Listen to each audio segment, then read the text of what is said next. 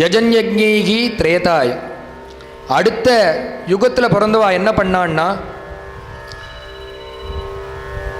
யஜ்ஞ யாகாதிகள் பண்ணி பகவான் அடையிறான். யஜ்ஞங்கள்லாம் பெரிய பெரிய யாகங்கள் ஹோமங்கள் பண்ணி பகவான் அடைஞ்சான். அது நம்ம இப்போ பண்ணலாமான்னா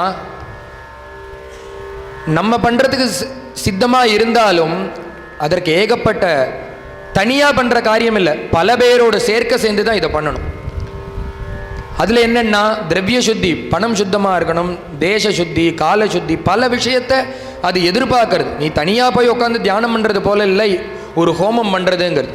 பல பேரை சேர்த்துண்டு பண்ண வேண்டிய காரியம்.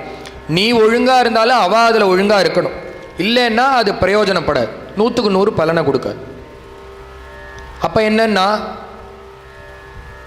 அதுவும் நம்மளால் பண்ண முடியாத ஒரு விஷயமா இருக்கு. ஹோமங்களோ யாகங்களோ யஜ்ஞங்களோ அது அந்த யுகத்துக்கு உள்ள ஜனங்கள் பண்ண காரியம். அது திரேதாயாம் துவாபரே அர்ச்சையன். அடுத்த யுகத்தில் பிறந்த ஜனங்கள் இருக்காளே அவ எப்படி இருந்தான்னா அர்ச்சனத்தினாலேயே பகவான் அடைஞ்சான். பகவானை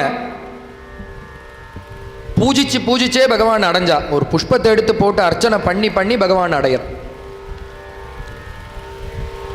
புஷ்பத்தினால பகவானுக்கு ஏன் அர்ச்சனை பண்றோம்? புஷ்பத்துக்கு சுமனசுன்னு பேர். மனசை நேரடியாக எடுத்து போட முடியுமா? அதனால தான் நமஹாங்கிறது என்னன்னா மனஹாங்கிறது தான் நமஹா. பெரட்டி போட்டால் நமஹா. நம்ம மனசை பகவான்கிட்ட அர்ப்பணம் பண்ணுறோம். சுமனசு ஏன்னா 24 மணி நேரத்தில் வாடக்கூடியதான புஷ்பங்கள். ஆனால் அதை பகவத் சரணத்தில் போட்டோன்னா 365 நாளும் வாழ்க்கை முழுக்க நம்ம மனசை வாடாமல் பார்த்துப்போம். புண்ணிய சம்வர்தனாச்சைவ பாபோக பரிகாரதா புஷ்கலார்த்த பிரதானாஞ்ச புஷ்பமித்யபிதீயதேங்கிற. எதனால் அதற்கு புஷ்பம்னு பேர்னா அதுலேயே அர்த்தம் இருக்கு. பண்ண பண்ண புண்ணியம் விருத்தி ஆகிட்டே இருக்கும். புண்ணிய சம்வர்தனாச்சைவ. இன்னொன்று என்னன்னா பாபோக பரிகாரதா, பாப்பங்கள்லாம் போகும். புஷ்கலார்த்த பிரதானாஞ்ச, நிறைய ஒரு புண்ணியங்களை உனக்கு அள்ளி தரும். அதனாலேயே அதுக்கு புஷ்பம்னு பேர்.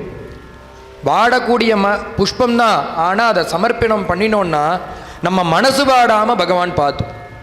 அப்படி அர்ச்சனம் பண்ணக்கூடிய விதானத்தில் அந்த ஜனங்கள் பகவானை அடைஞ்சான்.